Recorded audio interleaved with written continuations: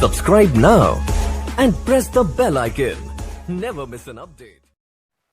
नमस्कार दोस्तों, स्वागत है आपका आपके अपने YouTube चैनल में। और मैं आज आपके लिए लेकर आया हूँ मैथ्स का अनदर टॉपिक जो कि रिलेटेड है परमुटेशन एंड कॉम्बिनेशन से।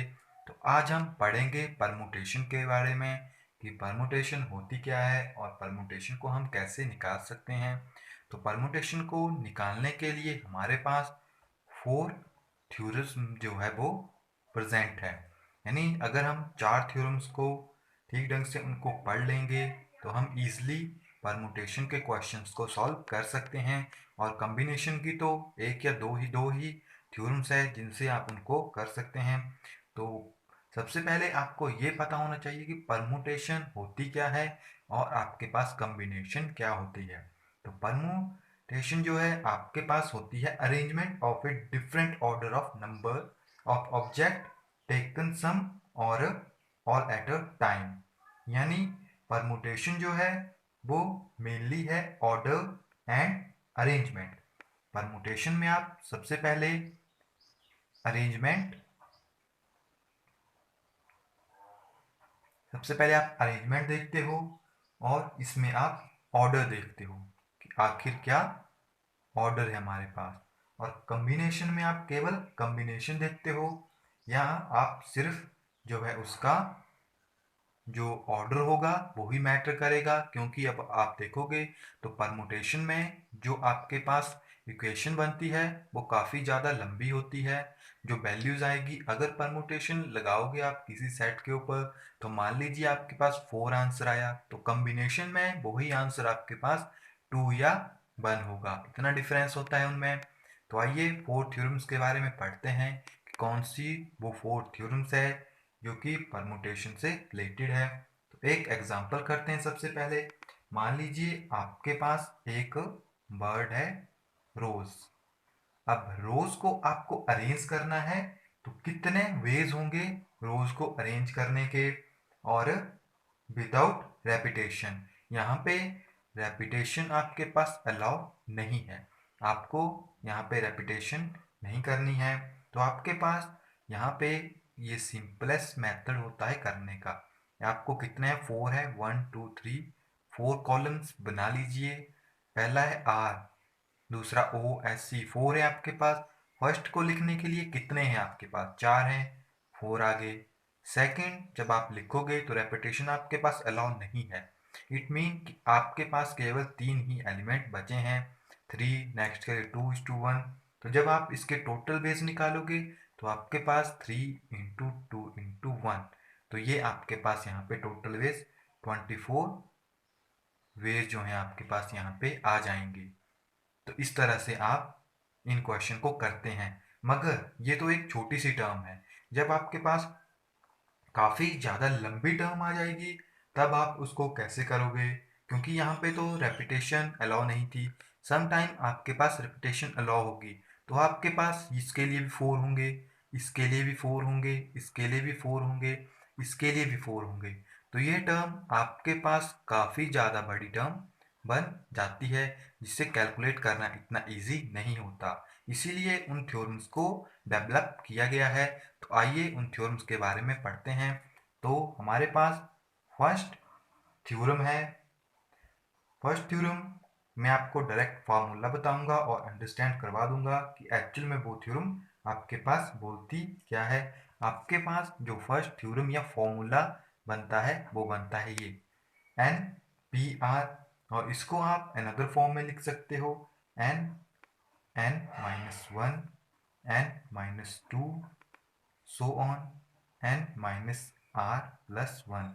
अब n जो है आपके पास वो टोटल टर्म्स है और r जो है वो आपको दिया होता है कि जैसे यहाँ पे है टोटल टर्म्स 4 और आपको इनके 4 ही बनाने हैं तो ये 4 4 है। इसी तरह इसकी डेफिनेशन होती है आपके पास the number of permutation of n different object taken r। यानी n जो है आपके पास ऑब्जेक्ट आ गए और r जो हो गए टेकन, कि आपने कितने ऑब्जेक्ट लिए, ये आपके पास टेकन हो गए। तो यहाँ पर ये आपके पास बनते हैं। तो अब नेक्स्ट इसको आप कन्वर्ट कर सकते हो एन पी आर जब आप निकालोगे तो ये आपके पास आएगा n factorial n minus R factorial, इस तरह से आएगा। और यहाँ पे एक कंडीशन होती है हमारे पास कि जो r की वैल्यू है वो या तो 0 होगी या 0 से बड़ी होगी, 0 से छोटी नहीं होगी, तो माइनस में नहीं होगी, और n के बराबर हो सकती है और n से छोटी हो सकती है।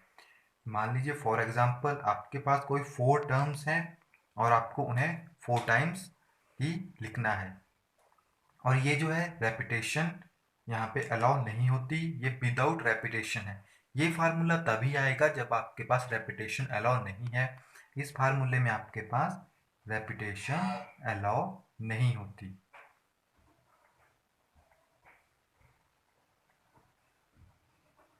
रेपिटेशन जो है यहाँ पे आपके पास अलाउ नहीं है।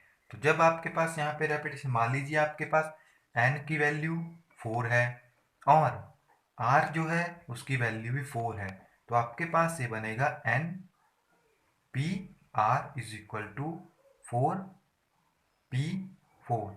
और जब आप इसको सॉल्व करते हो तो आपके पास ये आता है 4 आयोटा इज इक्वल टू, तो इसकी वैल्यू आपके पास आ जाएगी 4:3:2:1 इज इक्वल टू 24, यानी 24 वेज हैं आपके पास इस वैल्यू को लिखने के। ये आपके पास एक एग्जाम्पल हो गया। ये है विदाउट रेपिटेशन। ये हमारे पास फर्स्ट फार्मूला यहाँ पे आ गया।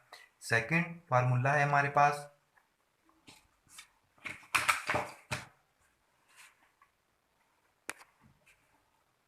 अब सेकंड थ्योरम हमारे पास आती है, वो आएगी रेपिटेशन में, कि जहां पे रेपिटेशन आपके पास अलाउ होगी। यहाँ पे आपके पास क्या है, रेपिटेशन अलाउ है।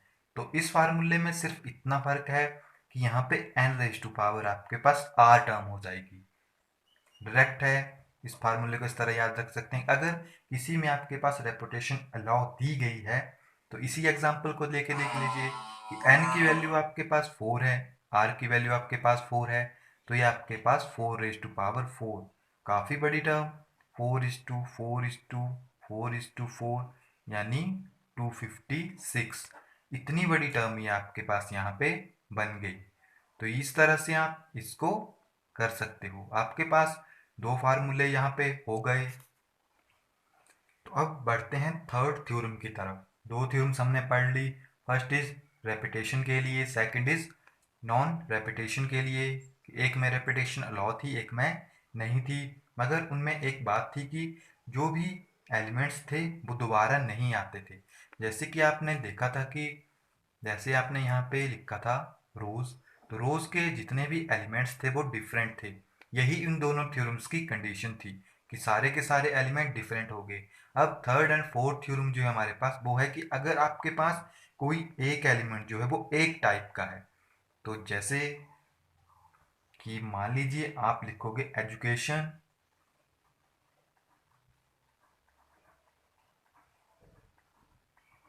एजुकेशन, तो यहाँ पे अगर आप देखोगे तो आपके पास एक भी टर्म रिपीटेड नहीं है। इट मीन इस अगर ये आपके पास आएगा तो इसमें आप यूज करोगे फर्स्ट और सेकंड थ्योरम को, यानी एन पी आर इस फार्मूले को या n⁻r। अगर आपके पास रिपीटेशन दी होगी तो ये फार्मूला, अगर नहीं दी होगी तो ये वाला फार्मूला। इसको आप डायरेक्टली कन्वर्ट कर सकते हो n iota over n minus r iota के रूप में, और ये तो आपके पास डायरेक्ट ही आ जाएगा। तो इसमें आप वैल्यूज डाल के इनको कर सकते हो। थर्ड थ्योरम आती है हमारे पास कि जब वन एलिमेंट वहां पे रिपीट होगा तो ये हमारे पास बनता है n iota over p factorial upon p factorial. तो यहाँ पे ये फार्मूला है हमारे पास। अब n जो है वो पीछे जो था वही है, टोटल ऑब्जेक्ट्स n हो गया आपके पास, एंड p जो है वो है सेम काइंड, यानी 1 जो है वो एक तरह का होगा। मान लीजिए फॉर एग्जांपल हमारे पास एक टर्म है a b a c d e। अब यहाँ पे a जो है वो 1 टाइप का है, बाकी जो है वो डिफरेंट टाइप के हैं। तो यानी वन टाइप का अगर आपके पास सेम होगा तो आप इस फार्मूले को यहाँ पे यूज करोगे। तो एक फार्मूला लेके देखते हैं। इसके लिए अगर इसी को मान लीजिए कि अगर आपको इसको अरेंज करना होगा तो किस तरह करोगे। तो आपके पास टोटल कितने हैं, यहाँ पे 1 2 3 4 5 6 टोटल है आपके पास 6। अब आप 6 को अरेंज करोगे, लेकिन यहाँ पे देखोगे दो एलिमेंट तो आपके पास सेम है। तो जब इन दो एलिमेंट के अकॉर्डिंग यानी p की वैल्यू है आपके पास 2i, और जब आप इस टोटल को लिखोगे तो आपके पास इसकी value 6 iota upon 2 factorial, sorry बार बार फैक्टोरियल की जगह आयोटा ही बोला जा रहा है, ये फिजिक्स का असर है थोड़ा। तो इसकी वैल्यू 6 इंटू 5 इंटू 2, यहाँ पे 3 रह गया। तो यहाँ पे ये कैंसिल हो जाएगा, बाकी इस टर्म को आप मल्टीप्लाई करके निकाल सकते हो। इसका जो आपके पास आंसर यहाँ पे आ जाएगा,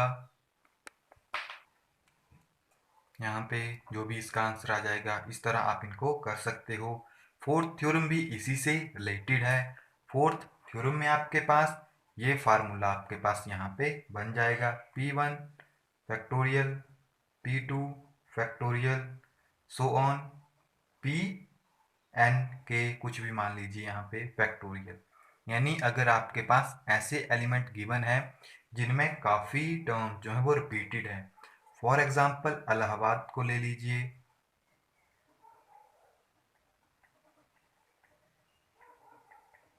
ये आपके पास एक टर्म हो गई इलाहाबाद।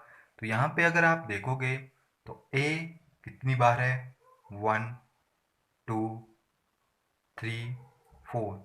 ए जो है 4 टाइम रिपीटेड है।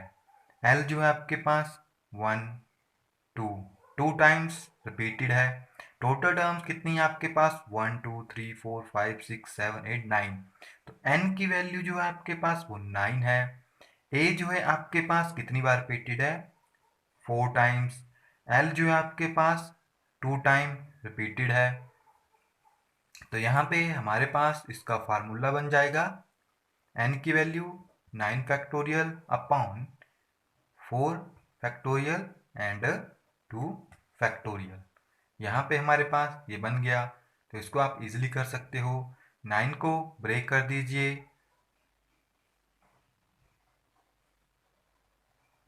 4 तक की इसको आप लिखिए, क्योंकि 4 नीचे भी है तो आप इजीली इसको कैंसिल कर सकते हो, और इसको आप ओपन करके लिख लीजिए।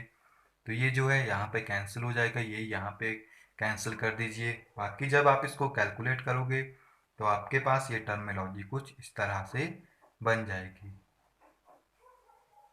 तो आइए एक बार इस सारी की सारी चारों थ्योरम्स को समराइज करते हैं कि इनमें है क्या, क्योंकि ये आप इजीली कर लोगे, क्योंकि इजी है, थोड़ा सा ही है याद करने का। क्योंकि अगर आप पूरा चैप्टर पढ़ोगे तो उस पूरे चैप्टर को इतना जो मैंने आपके लिए बनाया है इसको बनाने में एक दिन लग जाएगा। तो फर्स्ट चारों की चारों थ्योरम्स को एक बार समराइज करते हैं।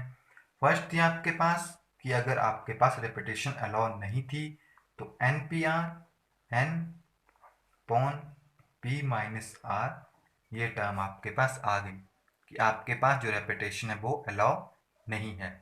सेकंड थी आपके पास अगर रेपिटेशन अलाउ थी तो ये टर्म थी। थर्ड थी आपके पास कि अगर वन एलिमेंट जो है वो सेम टाइप का है तो ये थी आपके पास। फोर्थ था आपके पास अगर आपके पास जो एलिमेंट है वन से ज़्यादा है रिपीटेड तो आपके पास ये टर्म यहाँ पे बन गई थी, ये टर्म आपके पास यहाँ पे आ गई। इनका एग्जाम्पल आप ले सकते हो, रूट आ गया, इसका एग्जाम्पल आपके लिए इलाहाबाद बताया गया था मैंने। तो ये बेसिकली परमुटेशन में यही चार है। इन चारों का यूज़ करके आप इजी किसी को भी सॉल्व क्वेश्चन को कर सकते हो। तो नेक्स्ट वीडियो में हम नेक्स्ट इनसे रिलेटेड क्वेश्चन को डिस्कस करेंगे, क्योंकि वीडियो काफ़ी लंबी हो रही है और इस वीडियो को भी अपलोड करने में काफ़ी ज़्यादा टाइम लगेगा। तो गाइज़ इस वीडियो को लाइक कीजिए। इस वीडियो के ऊपर हम टारगेट रखते हैं 50 प्लस लाइक्स का, तो इस वीडियो को लाइक कीजिए, क्योंकि मैं आपके लिए एकदम शॉर्टकट मेथड लेके आया हूँ। तो I hope you like this video. Please like, share and subscribe our channel. Thank you. Have a nice day.